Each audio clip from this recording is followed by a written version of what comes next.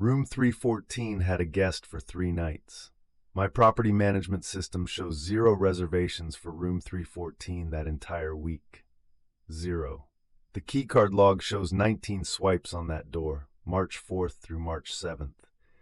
I have the batch printout right here. Every single swipe is assigned to my employee badge number, not the guest's, mine.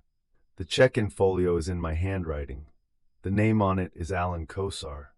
I have no memory of a man named Alan Kosar. I have no memory of checking anyone into room 314 that week, but my handwriting doesn't lie, and housekeeping found that room slept in every single morning for 3 nights running.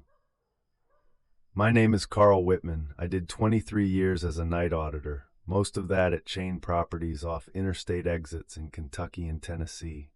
Small hotels, 60, 70, 80 rooms.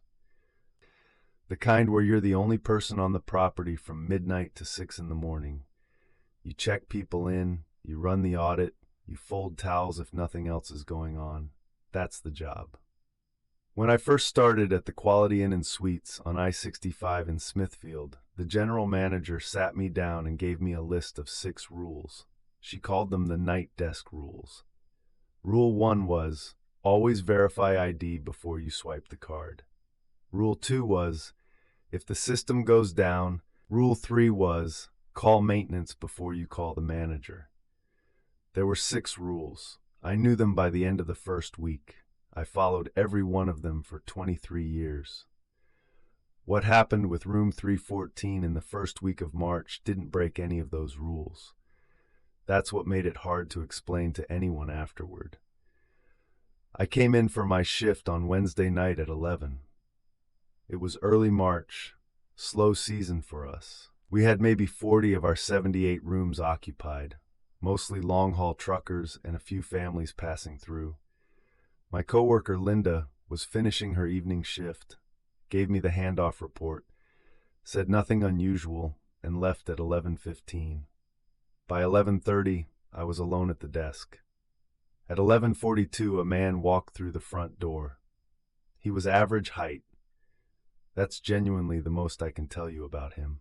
I've tried to reconstruct the memory and I get average height, dark jacket, rolling suitcase, a carry-on sized one, black. He walked straight to the desk, no hesitation. He said his name was Alan Kosar. He had a reservation. I looked it up. Nothing. I tried last name only. Nothing. I tried phonetic variations. Kosar, Kosar, Kosar. Nothing. I told him I was sorry. I was having trouble finding the reservation. He was calm, not annoyed, not one of those guests who gets sharp with you right away. He just said he'd gotten a confirmation email. He held up his phone. I couldn't read it from across the desk at that angle, but I could see the color scheme of a hotel confirmation, the logo strip, the reservation block. He said he'd booked through the Brand app. Brand app reservations can lag in the sync sometimes. That happens. Not often, but it happens. He offered his credit card. I swiped it. It went through. Authorization code printed. I had his name. I had an authorization. I had a man standing in front of me with a suitcase at 11:42 on a slow Wednesday in March. I created a manual reservation in the PMS. There's a bypass function for system lag situations. Assigned him to room 314, programmed 2 key cards and handed them across the desk. He said thank you. He took the key cards. I said to call down if he needed anything. He walked toward the elevator, and I went back to my work. That was it.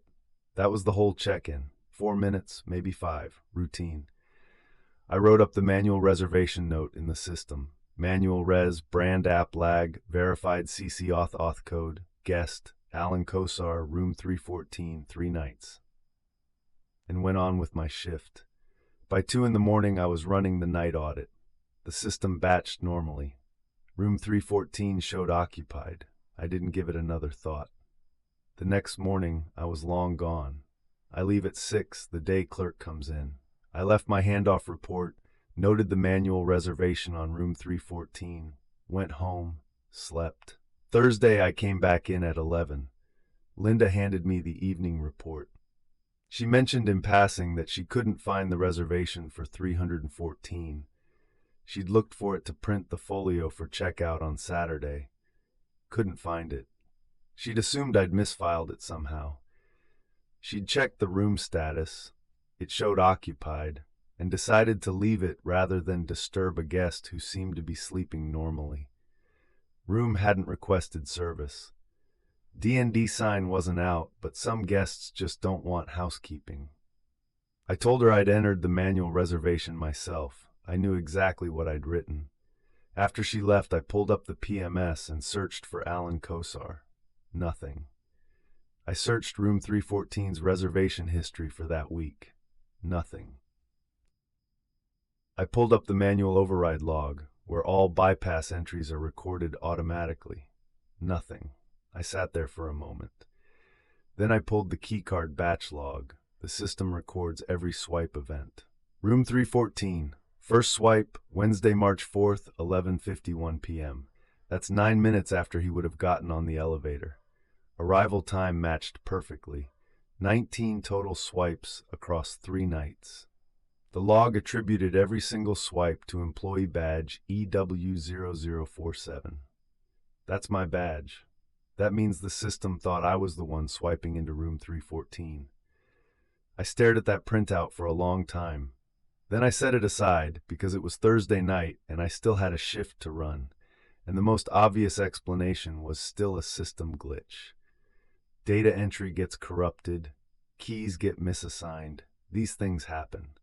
I called the front desk extension for room 314. It rang 5 times, no answer. I noted it in my log and moved on.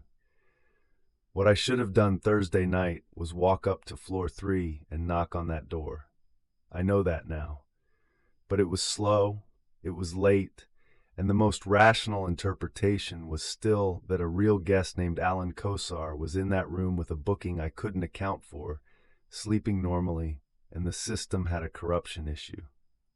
At 2:15 in the morning on Thursday, I was running the audit and I looked at the room count panel. It showed 41 occupied rooms. I counted the active folio list, 40 rooms. One more occupied room than active folios. Room 314 was occupied. Room 314 had no folio. I wrote it in my log. Room 314, no folio, status shows occupied. Manual entry not recovered. Follow up with GM Friday. I printed the keycard log again. 19 swipes. My badge. Then I remembered something. When Linda said the room hadn't requested housekeeping and she'd decided to leave it, she'd said the room hadn't been disturbed, but she didn't say whether she'd actually sent housekeeping in. I called the housekeeping supervisor's direct line, left a voicemail. Had anyone serviced room 314 Thursday morning? At 6:15 a.m. on my way out, I got a call back. Yes, they'd serviced 314 Thursday morning. Towels changed. Bed made. The bed had been slept in. Bathroom used. Wet towels on the floor, open soap bar, used shampoo.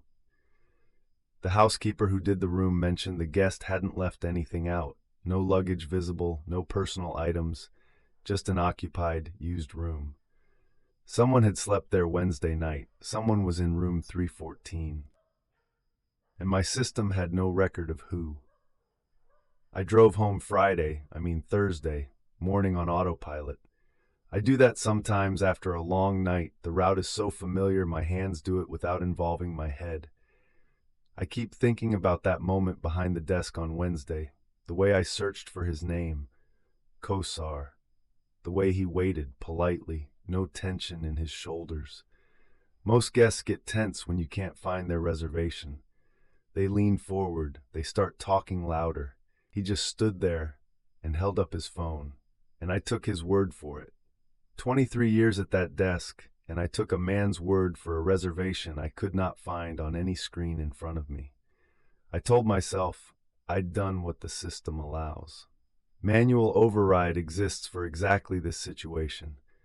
I'd gotten an authorization code, a legitimate format authorization code from a card that went through the terminal without issue. The terminal is not my job to second guess, but I kept coming back to that face I couldn't see, or couldn't remember seeing, or, and this was the thought I kept pushing away on the drive home, maybe never saw at all. That's the one I couldn't sit with for long. Step 2-6, Part 1 he went. I went home Thursday morning and I couldn't sleep. That's unusual for me. After 23 years of night shifts, I can sleep in direct sunlight with a lawnmower running outside. But I lay there until noon, staring at the ceiling, running the Wednesday check-in through my head again and again. The problem wasn't that I couldn't explain the system anomaly. System anomalies have explanations. Sync failures, corrupt entries, badge mismapping. I'd seen stranger glitches in 23 years. The problem was that I couldn't remember the man's face, not even a little. I remembered everything about the interaction, the sequence of it, his name, his calm manner, the rolling suitcase, the fact that he held up his phone when I couldn't find the reservation. I remembered all of it. But if you'd asked me to describe his face, the shape of it, the age of it, whether he had glasses or a beard or any identifying mark, I had nothing. Blank. That bothered me more than the system record. I came back in Thursday night determined to get to the bottom of it before the end of my shift. First thing I did after Linda left was pull up the security camera archive. We had 8 cameras at that property. Lobby, front entrance, parking lot east, parking lot west, corridor floor 1, corridor floor 2, corridor floor 3, and the elevator lobby. All digital, rolling 30-day archive. I pulled up the lobby camera for Wednesday at 11:40 p.m. I watched myself come out from the back office at 11:41. I watched myself stand at the desk. At 11:42, the front door opened. You could see it swing in the frame, the exterior light shift, and I watched myself look up and begin the check-in process. I could see my own hands moving at the keyboard. I could see myself lean forward slightly to read something, probably the name on the card. I could see myself program the key cards and slide them across the counter. The man was there. I mean, he had to be. I was clearly interacting with someone. But the angle of the lobby camera put him slightly behind the column at the far end of the desk. The desk column, a decorative thing, part of the renovation the franchise required in 2019, cut off that exact position. I could see his elbow. I could see the edge of his jacket. I could see the handle of the rolling suitcase.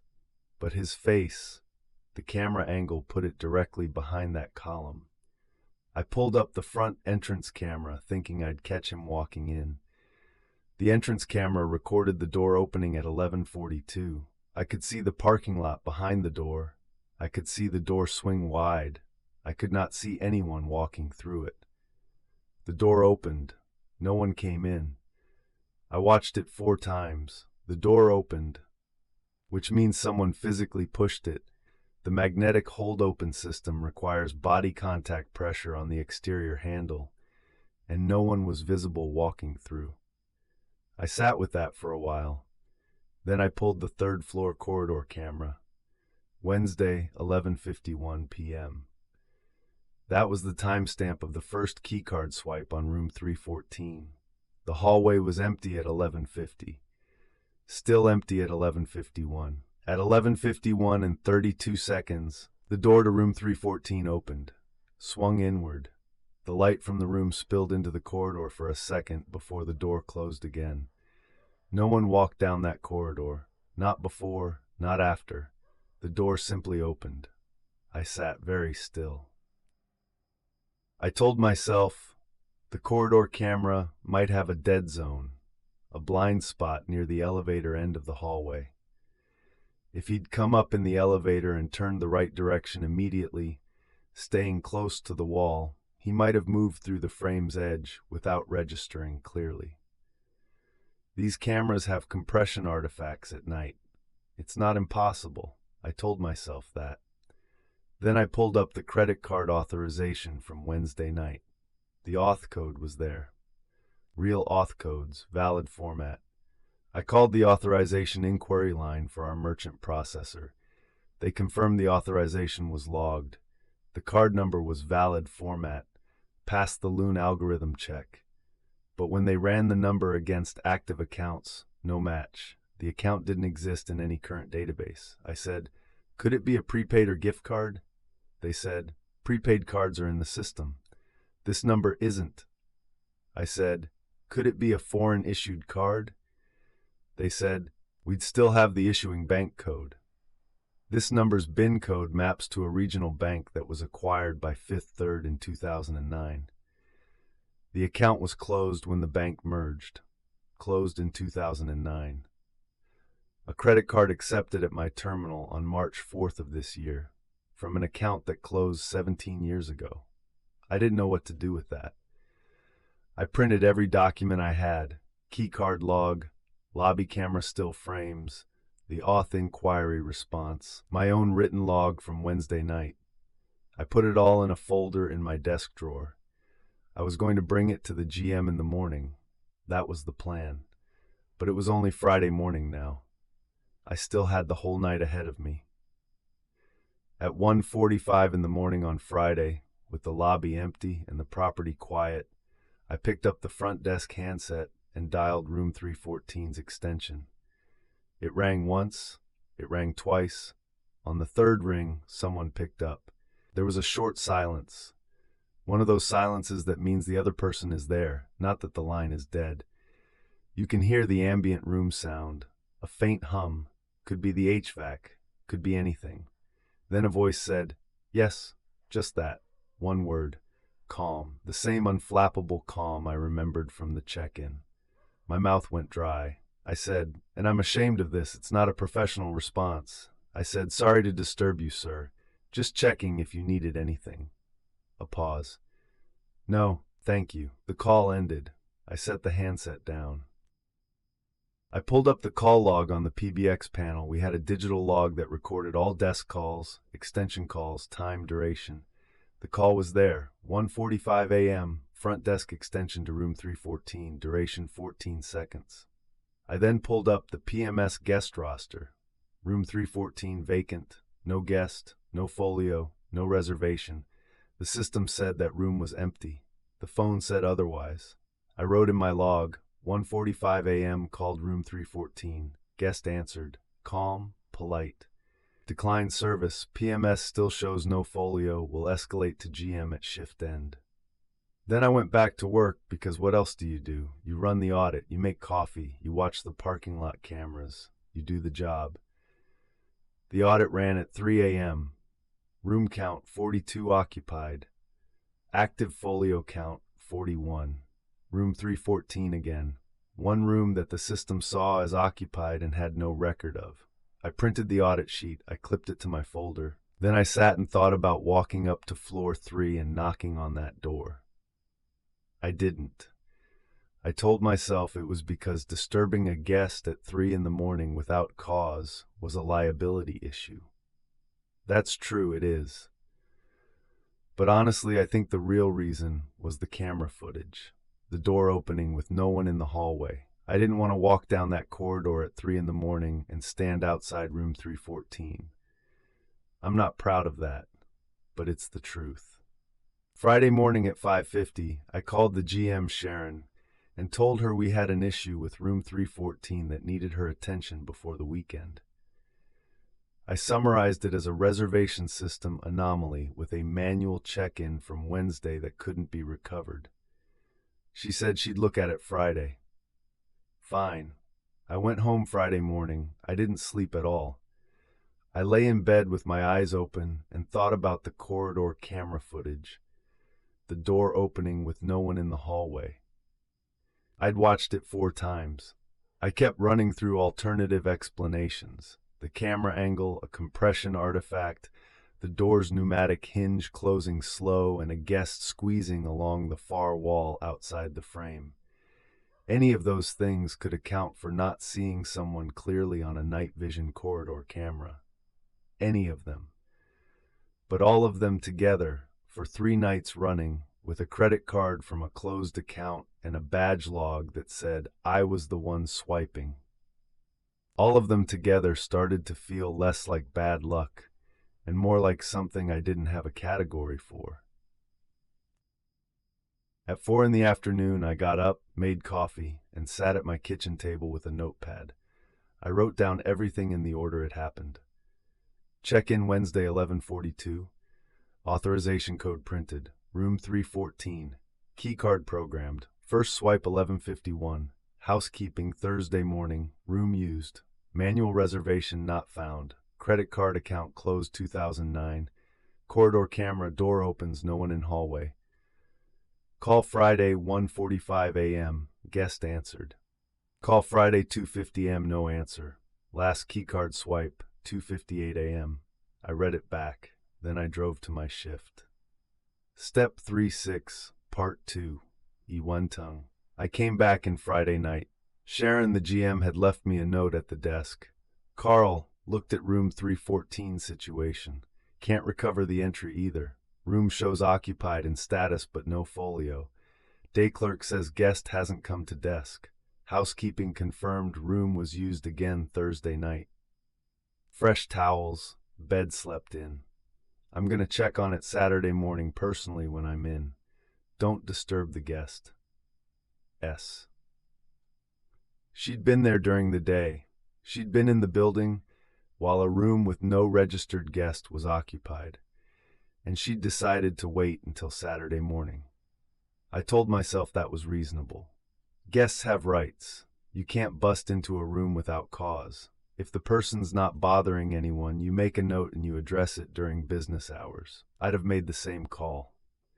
I ran Friday night normally until 2 in the morning. Quiet shift, a couple of late check-ins, a trucker in 208 who needed extra towels, the usual. At 2:15, I ran the preliminary audit numbers and got the same result I'd gotten Thursday. 42 occupied rooms, 41 folios.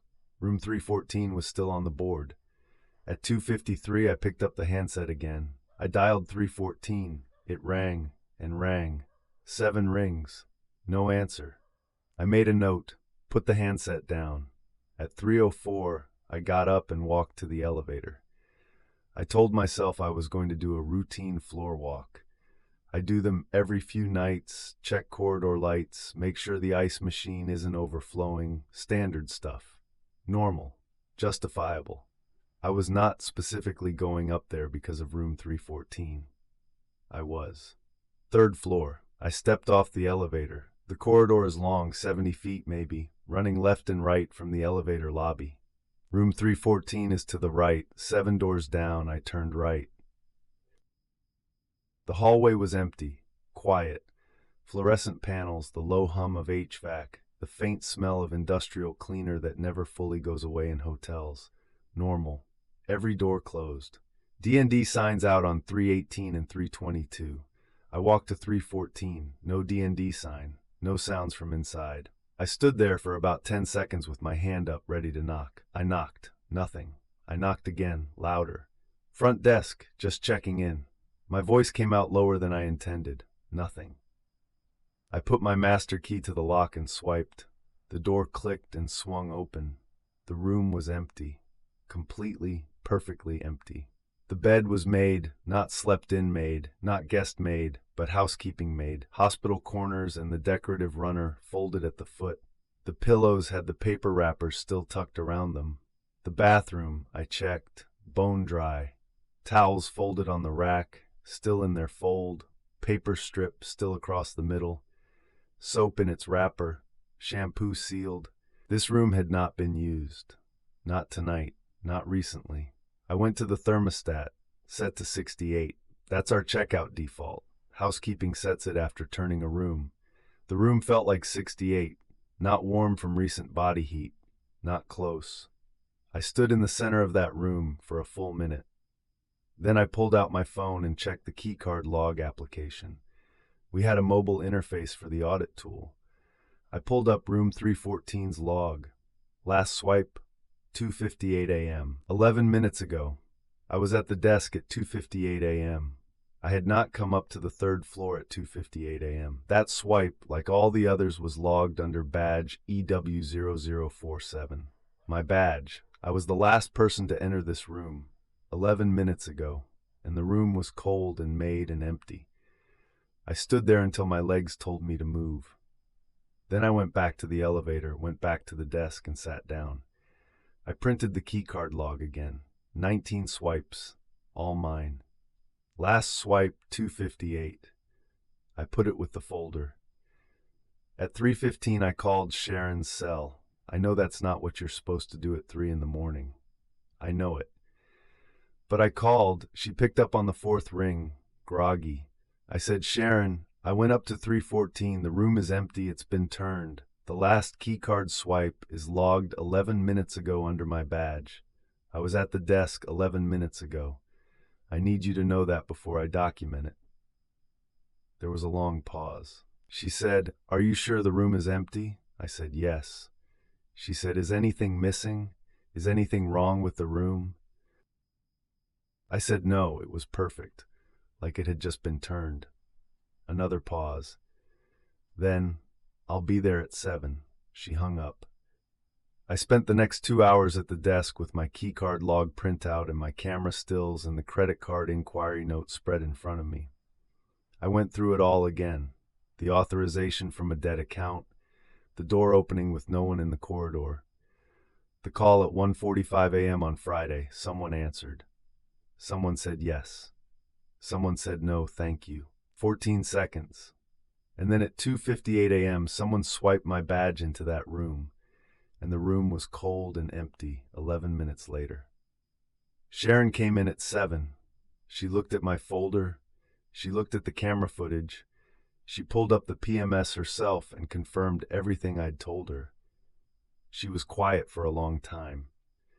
Then she said she was going to call IT for the badge log issue, call the merchant processor again about the credit card, and have maintenance pull the master key log to see if anyone had used a physical override.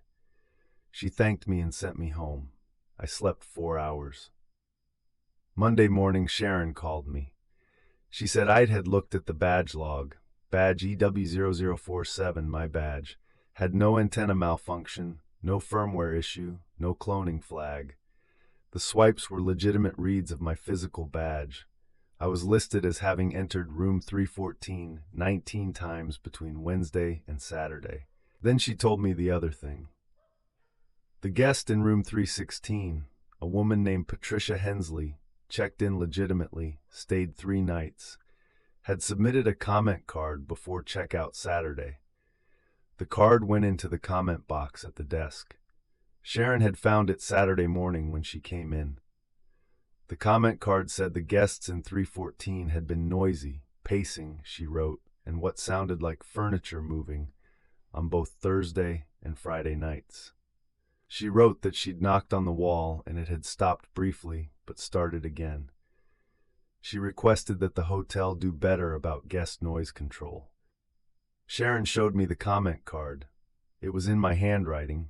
I know my own handwriting. I've seen it on 19 years of logbooks and folios and manual entry forms. That comment card was written in my hand. I did not write that comment card. I never spoke to the guest in 316. I never wrote a comment card. I never went near the comment box that weekend, but there it was. Sharon looked at me and said, Carl, I'm going to need you to take a few days. I understood what she was not saying. I took my folder and I went home.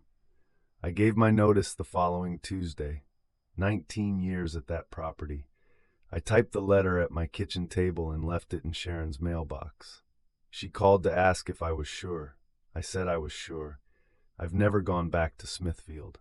About a year later, I was driving through on I-65, and I stopped at the gas station across from the exit. Force of habit, I looked over at the hotel sign. Out of curiosity, I pulled up their website on my phone. Room 314 was listed as out of service, just listed there on the floor plan page as room 314, out of service. No explanation. I don't know what to do with that. I still have the folder. Keycard log printout, camera stills, the credit card inquiry note, my handwritten log pages, and the copy I made of the folio with my handwriting on it. The one that says Alan Kosar, room 314, 3 nights. Check-in March 4th. The room never had a guest. The guest never had a room, but somebody was sleeping in it for 3 nights, and every record says that somebody was me. Step